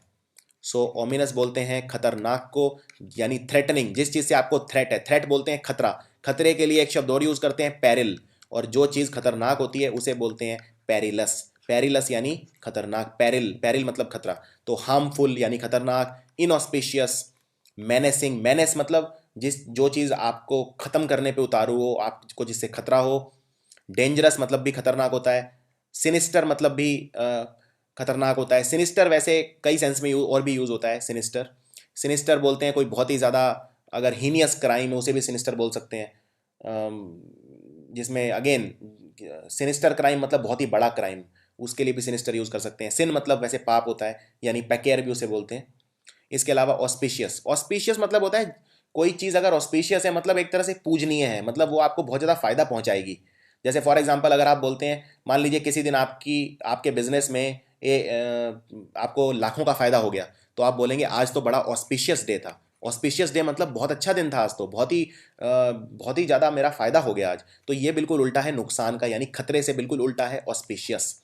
तो जैसे दिवाली को धनतेरस के दिन लोग बहुत शॉपिंग करते हैं, तो वो ये मानते हैं कि ये धनतेरस के दिन बर्तन खरीदने से उनका विकास होगा, यानी धनतेरस को एक ऑस्पिशियस डे माना जाता है। एनकरेज यानी बहुत ज़्यादा एनकरेजमेंट मिलना, यानी मोटिवेशन मिलना, इंस्पिरेशन मिलना, तो that is called encouraging. Promising भी वही है, एनकरेजिंग। फेवरेबल यानी जिस चीज़ से आपको फ़ायदा हो, जो फेवरेबल हो। प्रोपिटियस, प्रॉस्पेरस, ये और बिनाइन। बिनाइन होता है एकदम जो नुकसान ना पहुंचाए आपको, और बिनाइन के लिए एक और शब्द यूज़ होता है, वो है इनॉक्यूअस। ये दोनों शब्द आपको याद रखने हैं। बिनाइन मतलब जिस चीज़ से आपको नुकसान ना हो। यहाँ पे हम शब्द देख रहे थे ओमिनस। ओमिनस मतलब जिस चीज़ से आपको नुकसान हो, जो चीज़ आपके लिए खतरनाक हो, जिस चीज़ से खतरा हो। लेकिन बिनाइन से आपको कोई खतरा नहीं होगा, और इसके लिए एक शब्द और यूज़ होता है, वो है इनॉक्यूअस। INNOCUOUS, इनॉक्यूअस। ये शब्द आपको याद रखने हैं। और जिस चीज़ से आपको बहुत ज़्यादा खतरा है, उसके लिए एक शब्द और यूज़ होता है, वो है मैलिग्नेंट। मैलिग्नेंट मतलब जो आपका बहुत ज़्यादा नुकसान करे। तो जनरली बिनाइन और मैलिग्नेंट एक दूसरे के ऑपोजिट माने जाते हैं। जैसे एक कैंसर भी दो तरह के होते हैं, एक बिनाइन कैंसर और एक मैलिग्नेंट कैंसर। तो एक कैंसर वो होता है जो बॉडी में सिर्फ एक ही जगह रहता है, और वो बहुत ज़्यादा फैलता नहीं है, उससे उतना ज़्यादा नुकसान नहीं है। अगर आप दवाई लेंगे, उसकी ट्रीटमेंट करवाएंगे, कीमोथेरेपी या रेडियोथेरेपी, तो वो आसानी से ठीक हो जाएगा। लेकिन एक कैंसर ऐसा है जो पूरी बॉडी में फैल जाएगा और उसका कोई इलाज नहीं है, और उससे बहुत ज़्यादा मौत हो सकती है, तो वो होगा मैलिग्नेंट कैंसर, यानी बहुत ज़्यादा हार्मफुल। तो ये हैं शब्द जो आपको याद रखने हैं। आगे बढ़ते हैं। जुडिशियस, देखिए जुडिशियस होता है जो बहुत ही सोच समझ के फैसला लेता है, बहुत ही ज़्यादा सोच समझ के जो फैसला ले, वो है जुडिशियस। Extremely important word. यानी आप इस तरह के पर्सन को क्या बोलोगे, क्या ये बुद्धिमान होगा या नहीं होगा, जो बहुत अच्छे से सोच समझ के फैसला लेगा? तो ये बिल्कुल बुद्धिमान होगा, यानी ये होगा वाइज। वाइज बोलते हैं बुद्धिमान को, जिसके पास बुद्धि है, यानी सेज। सेज और वाइज सेम है। बुद्धि के लिए हम एक शब्द यूज करते हैं, विजडम। विजडम मतलब बुद्धि, और विजडम जिसके पास है वो है वाइज, यानी वो है बुद्धिमान। इसी तरह प्रूडेंट, प्रूडेंट होता है जो बहुत ही सोच समझ के फैसला लेता है, यानी प्रूडेंट होता है पर्सन बहुत ज़्यादा केयरफुल। बहुत ज़्यादा केयरफुल रहना, यानी अपने अंदर एक संकोच का भाव रखना, एकदम से कोई फैसला नहीं लेना, बहुत ज़्यादा केयरफुल होना। रीजनेबल, रीजनेबल भी वही है, सेंसिबल भी वही है। अगर कोई पर्सन सेंसिबल है, यानी अगेन सोच समझ के फैसला लेता है। सेन भी बोलते हैं बुद्धिमान को, जिसके पास दिमाग हो। और इसके लिए एक शब्द और यूज़ कर सकते हैं आप, सैगैशियस। सैगैशियस मतलब भी होता है जो बहुत ज़्यादा बुद्धिमान होता है, उसको भी बोलते हैं सैगैशियस। तो सैगैशियस वो होगा जिसके पास सैगैसिटी होगी, और सैगैसिटी यानी बुद्धि। सो ये है इसके सिनोनिम्स। अब देखते हैं उल्टे शब्द। दूसरा पर्सन कौन सा होगा? दूसरा होगा एकदम मूर्ख, जिसके पास कोई बुद्धि ना हो, यानी फुलिश, एब्सर्ड, इम्प्रूडेंट। प्रूडेंट का उल्टा है इम्प्रूडेंट, एकदम उल्टा शब्द है प्रूडेंट का, इम्प्रूडेंट, यानी अगेन जो सोच समझ के फैसला ना ले। अनरीजनेबल, अनरीजनेबल मतलब जो बहुत ही ऐसा कुछ डिमांड रखे जो एकदम अनरीजनेबल। अनरीजनेबल यानी जो जिसमें जिसमें बुद्धि यूज ही नहीं की। फॉर एग्जाम्पल, अगर मान लीजिए कोई नालायक बच्चा है, कोई बच्चा उतना अच्छा नहीं है, और पेरेंट्स उससे 90% नंबर की उम्मीद रखते हैं, यानी पेरेंट्स की वो डिमांड कैसी है, क्या वो वाइज है कि अनरीजनेबल है? वो अनरीजनेबल है, यानी बिना सोची समझी डिमांड है वो। तो ये हैं शब्द। आगे देखते हैं। प्रोक्लेम करना, प्रोक्लेम करना यानी कोई चीज़ डिक्लेयर करना, या कोई चीज़ कम्युनिकेट करना, यानी कोई चीज़ बताना, कोई चीज़ सर्कुलेट करना, कोई चीज़ फैलाना, कोई चीज़ लोगों को बताना, यानी प्रोक्लेम करना। फॉर एग्जाम्पल, उसने प्रोक्लेम किया, he proclaimed himself to be a lawyer, यानी लोग लोग लोग जानना चाहते थे कि वो कौन है, तो उसने सबको क्या बताया कि वो एक वकील है, एक लॉयर है, यानी he proclaimed himself to be a lawyer. So proclaim करना यानी सबको बताना, यानी पब्लिश करना, जैसे न्यूज़पेपर में पब्लिश कर देते हैं लोगों को बताने के लिए, या दूसरे तक अपनी बात पहुंचाना, यानी कम्युनिकेट करना। अनाउंस करना, सर्कुलेट करना यानी फैलाना, जैसे न्यूज़पेपर सर्कुलेट होता है घरों में, यानी किसी भी चीज़ का वितरण करना, किसी भी चीज़ को डिस्ट्रीब्यूट करना। डिक्लेयर करना, अगेन डिक्लेयर करना भी उसी सेंस में यूज होता है, कोई चीज़ बताना, किसी को डिक्लेयर करना। रिवील करना, भी है बताना। कोई चीज़ अगर छुपाते हैं तो आप करते हैं कंसील, और अगर किसी चीज़ को सार्वजनिक करते हैं, किसी चीज़ को दूसरों को बताते हैं, तो आप करते हैं रिवील। तो कंसील और रिवील दोनों उल्टे शब्द हैं। इन्फॉर्म करना भी होता है बताना, और प्रोफेस करना भी होता है बताना। तो ये सारे शब्द हैं सिनोनिम्स। अब देखते हैं इसके उल्टे शब्द। अब या तो आप किसी को कोई चीज़ बताएंगे, या आप क्या करेंगे, छुपाएंगे, यानी अगेन कंसील करेंगे। रिकेंट, सप्रेस, यानी दबाने की कोशिश करेंगे उस चीज़ को। तो फॉर एग्जाम्पल अगर कोई कोई बहुत ही शर्मनाक काम आपने किया है, तो आप क्या करेंगे, उसे आप उसे अ, आप उसे कंसील करना चाहेंगे, छुपाना चाहेंगे, या सप्रेस करना चाहेंगे, यानी दबाना चाहेंगे। रिट्रैक्ट करना यानी किसी चीज़ को वापस ले लेना।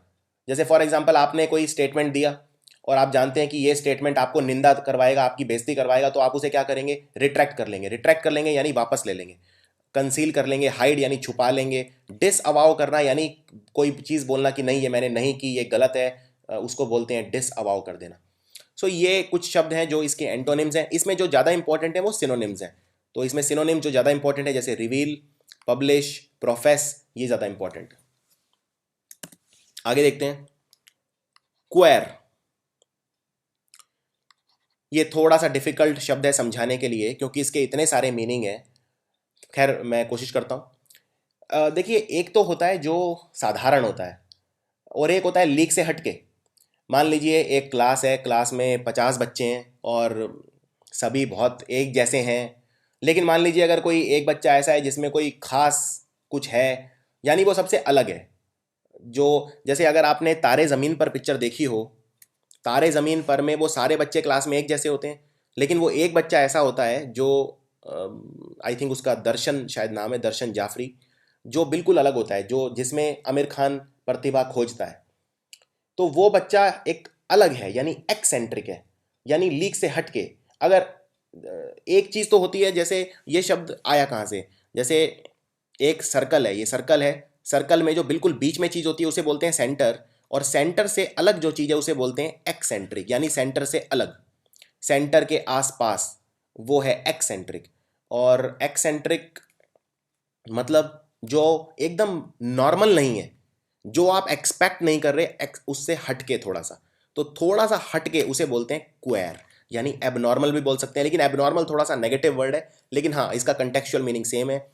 क्यूरियस मतलब होता है जो जिज्ञासु हो, जिसमें जानने की इच्छा हो, उसको बोलते हैं क्यूरियस। फनी मतलब होता है जो, अगेन अगर कोई पर्सन है फनी, मतलब बहुत ही ज़्यादा कॉमेडियन टाइप, मतलब बहुत ही कॉमिकल, उसको बोलते हैं फनी, हंसी मजाक वाला, उसको बोलते हैं फनी। क्वेंट,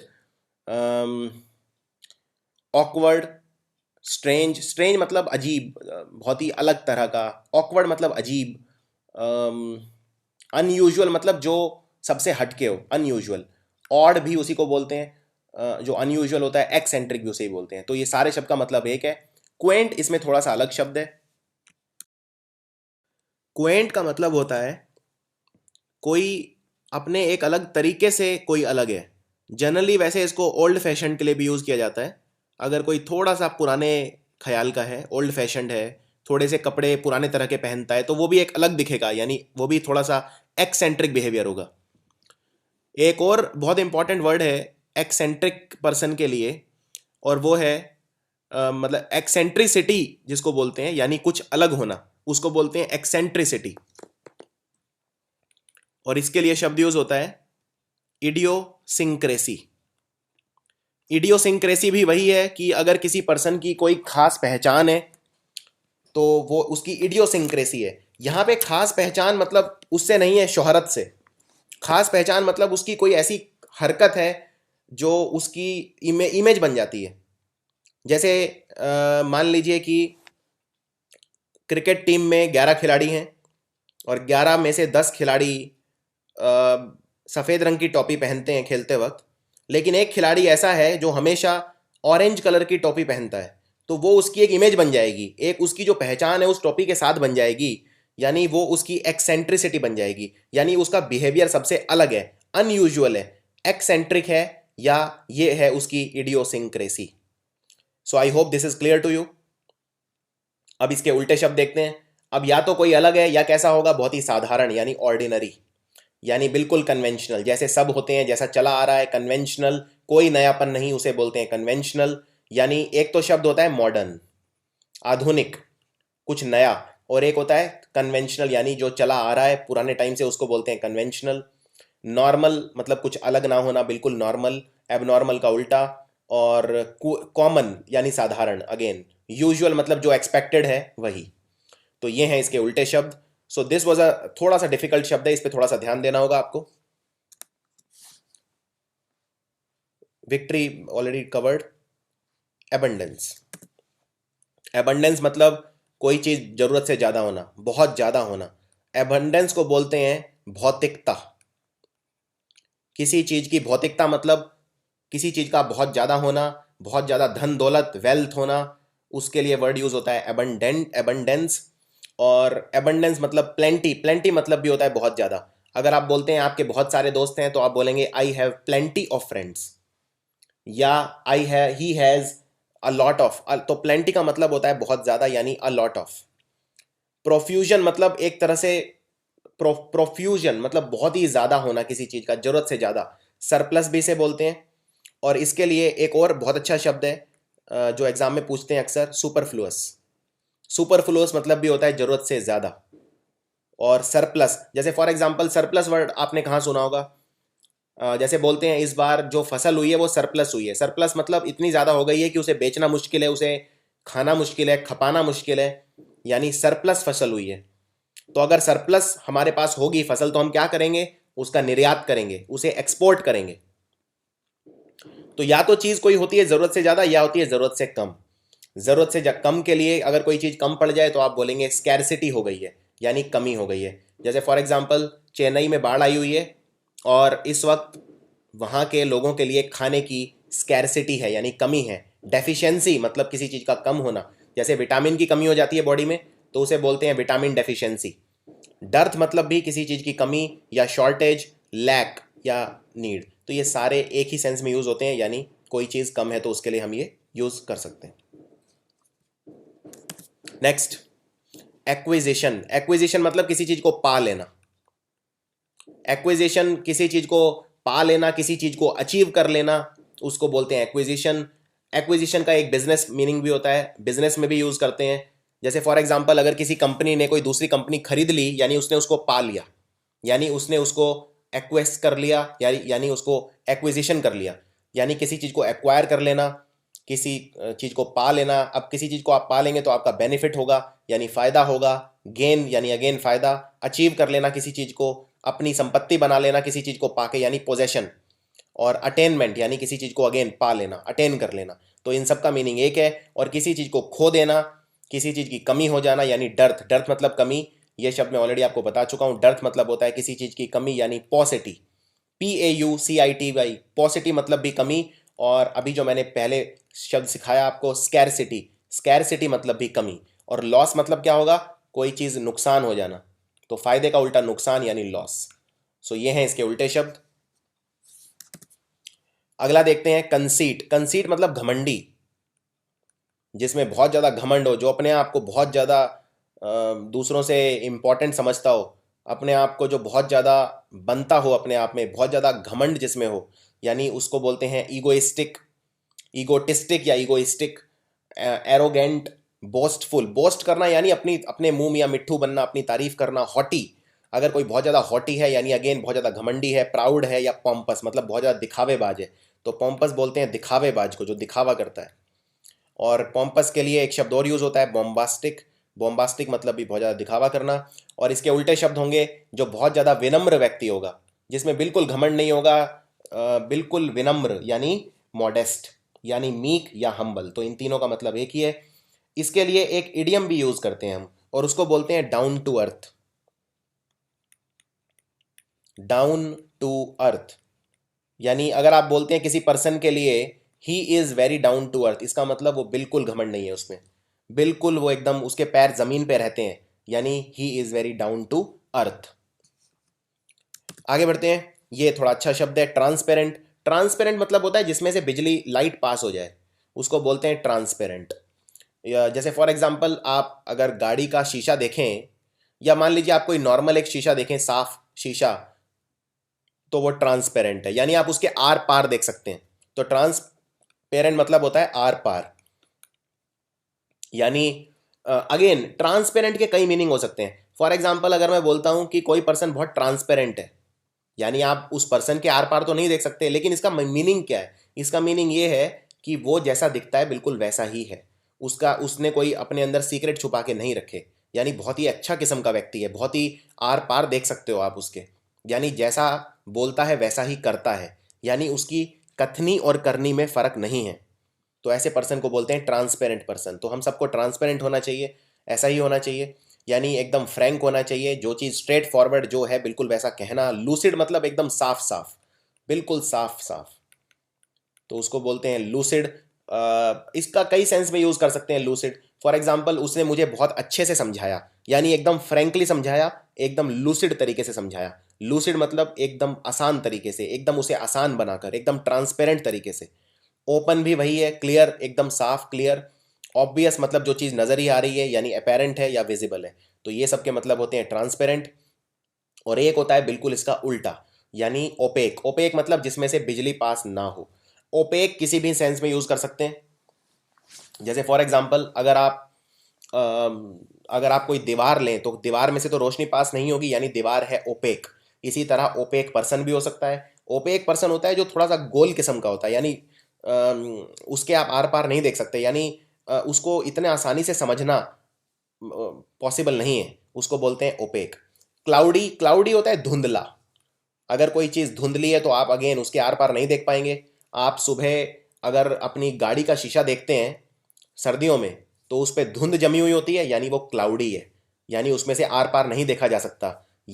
तो वो चीज़ छुपा लेती है, यानी वो है हिडन। और मर्की भी होता है धुंधला, यानी क्लाउडी। अगेन मर्की के कई मीनिंग हो सकते हैं। फॉर एग्जाम्पल जो आरुषि हत्याकांड का जो केस है वो बहुत मर्की है। मर्की है मतलब किसी को समझ में ही नहीं आ रहा है, वो धुंधला है, यानी कुछ दिखाई ही नहीं दे रहा है। दिखाई नहीं दे रहा है यानी उसको समझना मुश्किल है, यानी ट्रांसपेरेंट नहीं है वो केस। एक केस तो होता है बिल्कुल ट्रांसपेरेंट, कि भाई जो सामने दिख रहा है कि हाँ भाई उसने उसको मारा, यानी ये है ट्रांसपेरेंट, सबने देखा, एकदम साफ केस है, एकदम ओपन एंड शट केस है। लेकिन एक है मर्की, जैसे फॉर एग्जांपल सुनंदा मुश्क पुष्कर जो शशि थरूर की पत्नी है, उनकी जो डेथ हुई वो एकदम मर्की केस है, यानी बिल्कुल धुंधला, जिसको समझना मुश्किल है। So that is called murky. So these are very important word. इसमें तीन चार शब्द बहुत इंपॉर्टेंट है, जैसे अपेरेंट, क्लाउडी, ओपेक और मर्की। अगला डेस्पेयर। डेस्पेयर बोलते हैं जब आप बहुत ही उदास होते हैं, जब आपको एकदम ना उम्मीद, ना उम्मीद मतलब जब आपको कोई उम्मीद ना हो, कोई आशा की किरण नजर ना आए, यानी आशा अगर नहीं होती तो उसे बोलते हैं निराशा। यानी आप एकदम निराश हैं, आप एकदम उदास हैं, एकदम डिप्रेशन में हैं, एकदम बुरे समय में हैं, उसको बोलते हैं डेस्पेयर में हैं। तो यानी कि डिसअपॉइंटमेंट, होपलेसनेस, होपलेस, होप मतलब आशा, होपलेसनेस मतलब निराशा, डिस्करेजमेंट मतलब निराशा। जब आपके अंदर हौसले की कमी है उसको बोलते हैं डिस्करेज। एनकरेज करना यानी किसी को साहस देना, किसी को ढाढ़स बधाना बधाना। और डिप्रेशन में है यानी अगेन आप बहुत ज़्यादा परेशान हैं, दुखी हैं, मिजरी में है। मिजरी मतलब बुरा समय। और मिजरी के लिए एक शब्द और यूज़ करते हैं हम, जिसको बोलते हैं एडवर्सिटी। एडवर्सिटी मतलब भी होता है बुरा समय। मैं बुरे समय में हूँ, यानी मेरा बुरा वक्त चल रहा है, यानी एडवर्स टाइम चल रहा है, यानी एडवर्सिटी में हूँ। और इसका उल्टा क्या होगा? इसका उल्टा होगा अच्छा समय, सकारात्मक सोच, करेज हौसला होना, होप यानी आशा होना, या ऑप्टिमिज्म। ऑप्टिमिज्म क्या होता है? ऑप्टिमिज्म होता है आशावादी होना। आशावादी होना, अच्छा सोचना, सकारात्मक होना। और जो पर्सन सकारात्मक होता है उसे अंग्रेजी में बोलते हैं ऑप्टिमिस्टिक। ऑप्टिमिस्टिक यानी सकारात्मक।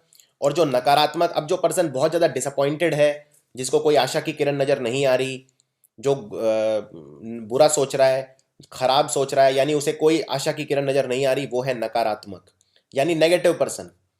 तो नकारात्मक के लिए हम वर्ड यूज़ करते हैं पैसिमिस्टिक। पैसिमिस्टिक यानी नकारात्मक होना। और जो पर्सन पैसिमिस्ट है वो नकारात्मक है, और जो ऑप्टिमिस्टिक है वो सकारात्मक है। सो नेगेटिव, नेगेटिव यानी नकारात्मक, और पॉजिटिव यानी ऑप्टिमिस्टिक। आगे देखते हैं।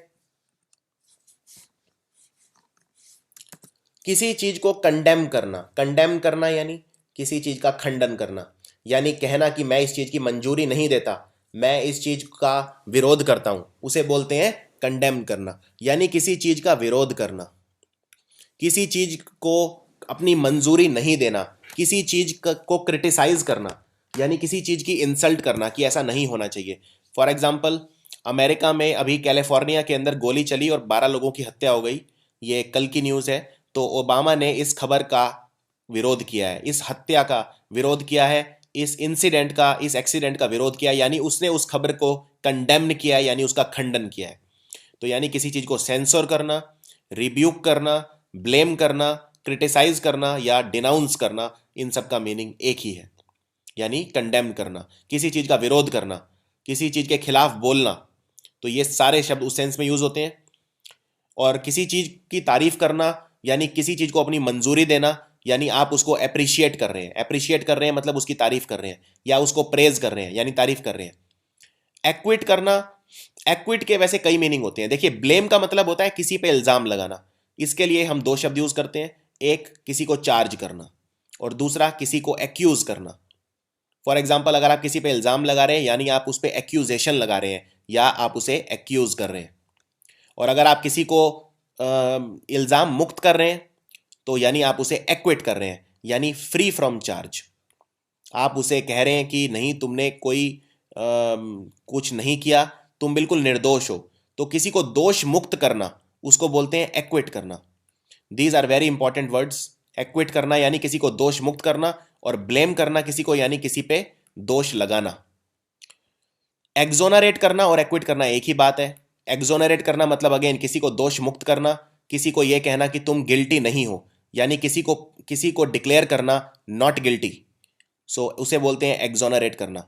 फॉर एग्जाम्पल, अगर मान लीजिए अदालत में किसी ने किसी पर्सन के ऊपर इल्ज़ाम लगाया है, यानी उसने उसको एक्यूज किया है या ब्लेम किया है या चार्ज लगाया है, और अगर अदालत ने कहा कि नहीं ये निर्दोष है, यानी अदालत ने उसे एक्विट कर दिया या उसे एक्सोनरेट कर दिया, एक ही बात है। और ग्लोरीफाई करना मतलब अगेन किसी की तारीफ करना, किसी को मशहूर करना, किसी को मान सम्मान देना, उसको बोलते हैं ग्लोरीफाई करना। तो ये बिल्कुल अलग अलग तरह के शब्द हैं, और आई होप ये इंडिविजुअल शब्द आपको क्लियर, सारे शब्द आपको क्लियर हो। Next, antique. अगर आप बोलते हैं एंटीक पीस, एंटीक पीस मतलब बहुत ही पुराना, जिसके जैसा कोई दूसरा ना हो। पुराना एकदम मतलब जो बिल्कुल अलग, एकदम ओल्ड फैशन, बहुत ही पुराना। जैसे फॉर एग्जांपल, आपने सिंधु घाटी सभ्यता पढ़ी होगी, जिसे इंडस वैली सिविलाइजेशन बोलते हैं। उसमें बहुत सारी हमें खुदाई में बहुत सारे तत्व मिले, बहुत सारी चीज़ें मिली हमें। अगर आपको याद हो तो मोहनजोदड़ो, हड़प्पा, कालीबंगन, बहुत सारे लोथल वगैरह में बहुत ज़्यादा खुदाई हमने करी, वहाँ पे बहुत सारे हमें डांसिंग गर्ल स्टैचू मिला जैसे हमें, यानी वो एक एंटीक पीस है, यानी बहुत ही पुराना, यानी एंशियंट मतलब पुराना, आउटडेटेड पुराना, ओल्ड फैशन, ऑब्सोलीट या क्वेंट। तो इन सब का मतलब होता है पुराना। क्वेंट शब्द मैंने आपको बताया था, क्वेंट शब्द यूज करते हैं जब हम बहुत ही पुरानी चीज के लिए करते हैं जो थोड़ा सा ओल्ड फैशन होता है, थोड़ा सा हटके। ऑब्सोलीट मतलब भी वही होता है जो बिल्कुल एक अलग जो चीज होती है, यानी एंटीक पीस। कई बार ऐसे किसी का थोड़ा सा मजाक भी उड़ाना होता है तो कहते हैं तुम एकदम एंटीक पीस हो, यानी तुम एकदम मतलब तुम जैसे एक तरह से खुदाई में मिले हो, तुम्हारे जैसा कोई दूसरा नहीं है। तो उस सेंस में भी यूज करते हैं। और अगर इसका उल्टा करना है तो नया, यानी मॉडर्न, कॉन्टेम्पोरेरी, नया, फ्रेश एकदम। तो ये हैं इसके उल्टे शब्द। इसके लिए आप और भी शब्द यूज कर सकते हो, जैसे मॉडर्न, अर्बेन यूज कर सकते हो। अगर कोई चीज अर्बन है यानी शहरी, एक तरह से नई। और इसका बिल्कुल उल्टा शब्द है गांव की अगर कोई चीज होती है तो उसको बोलते हैं रस्टिक। रस्टिक के लिए एक और बहुत अच्छा शब्द यूज करते हैं हम, रूरल। रूरल मतलब गांव से रिलेटेड, रस्टिक मतलब अगेन गांव से रिलेटेड, और शहर से रिलेटेड यानी नया, मॉडर्न यानी अर्बेन। आगे बढ़ते हैं। कोहेरेंट। कोहेरेंट मतलब दो चीज का मिलना। मिलना मतलब किस सेंस में, जैसे फॉर एग्जाम्पल, अगर मैंने कोई बात कही और उसने सुनने वाले ने बिल्कुल वैसे समझ ली जैसा मैंने कही, यानी हम दोनों की अंडरस्टैंडिंग कोहेरेंट है। मतलब दोनों चीज़ों का मिलना, यानी कंसिस्टेंट होना दोनों चीज़ें। फॉर एग्जाम्पल, आपने ये दो अगर लाइन खींची, दोनों बिल्कुल एक जैसी हैं तो एकदम कोहेरेंट है ये। या मान लीजिए दो अगर आपने आवाज़ बजाई कहीं पे, दो टेप रिकॉर्डर में दो कैसेट बजाई और दोनों का जो स्वर है वो एक साथ चल रहा है, यानी दोनों कोहेरेंट है। यानी कि जब दो चीज एक दूसरे से कनेक्ट रहती हैं, एक दूसरे से कंसिस्टेंट रहती हैं, तो उसको बोलते हैं कोहेरेंट। एक दूसरे में बिल्कुल साफ साफ लूसिड रहती हैं, रेशनल रहती हैं, तो उसके लिए हम शब्द यूज करते हैं कोहेरेंट। तो ये इनके सिनोनिम्स हैं जो आपको याद करने हैं। और इसका उल्टा क्या होगा? कंफ्यूज रहना। यानी फॉर एग्जाम्पल आपने दो कैसेट बजाई, दो कैसेट, और दोनों एक दूसरे में एक रुकावट डाल रही हैं, दोनों का स्वर एक साथ नहीं बज रहा, तो उसको बोलते हैं कंफ्यूज्ड। और मान लीजिए दो सिंगर हैं और दोनों सिंगर को साथ साथ कोई गाना गाना है, और उसमें अगर दूसरा दोनों को एक साथ इस तरह से गाना होगा कि दोनों की आवाज़ सुनाई दे, पहले कोई, यानी दोनों को कोहेरेंट रहना होगा। लेकिन अगर दोनों कंफ्यूज रहेंगे तो क्या होगा? कुछ अलग बन जाएगा, यानी दोनों की आवाज़ मिक्स हो जाएगी, यानी जम्बल्ड हो जाएगी। जम्बल्ड यानी मिक्स। जैसे आपने जम्बल्ड सेंटेंस सुने होंगे, एग्जाम में क्वेश्चन आते हैं पैरा जम्बल। पैरा जम्बल मतलब जो सेंटेंस उल्टे पुल्टे हो जाते हैं, उलट पुलट, मतलब उनका ऑर्डर बिगड़ जाता है, तो उनको आपको ठीक करना होता है, यानी जम्बल्ड है वो। या इर्रेशनल, इर्रेशनल मतलब इलॉजिकल, जिसका कोई सेंस नहीं बनता, यानी मिक्स्ड हो चुके हैं, कोई सेंस नहीं बनता, यानी इर्रेशनल। इलॉजिकल अगेन, जिसका कोई लॉजिक नहीं है, वो इलॉजिकल। तो इलॉजिकल, जम्बल्ड और इर्रेशनल एक ही बात है। So that's it. I hope आपने कुछ नए शब्द सीखे होंगे। आपको ये वीडियो कैसा लगा मुझे कमेंट्स में लिख के ज़रूर बताना है। और जैसे ही मैं समय मिलेगा मैं एक वीडियो बनाऊंगा, जिसमें मैंने ऑलरेडी वो लगभग तैयार है वो वीडियो, जिसमें 130 के आसपास वर्ड्स हैं जो पिछले 10 सालों में एसएससी में और बैंक पीओ में, आईबीपीएस में जितने भी वोकैब के वर्ड्स आए हैं वो मैं उसमें कवर करूंगा। उनको याद करने के तरीके आपको बताऊंगा, तो आप उसका वीडियो का इंतज़ार करिए। ये वीडियो कैसा लगा ये मुझे आप ज़रूर बताइए। मुझे लगभग 100 के आसपास रिक्वेस्ट मिले हैं आईबीपीएस स्पेशलिस्ट ऑफिसर के लिए वीडियो बनाने के लिए, लेकिन स्पेशलिस्ट ऑफिसर के वीडियो अभी संभव नहीं है समय के अभाव के कारण, तो वो मैं आप तक नहीं ला पाऊँगा। लेकिन मार्केटिंग का एक मैं वीडियो आपके लिए बना रहा हूँ, खासकर जो बैंकिंग के स्टूडेंट्स हैं उनके लिए या स्पेशलिस्ट ऑफिसर के हैं, तो वो आई होप कि विद इन 1 वीक मैं कोशिश करूँगा एक हफ्ते के अंदर अंदर उसको अपलोड करने की। So keep watching study IQ's channel for more amazing videos, and please share the video with your friends as much as possible. So thank you very much.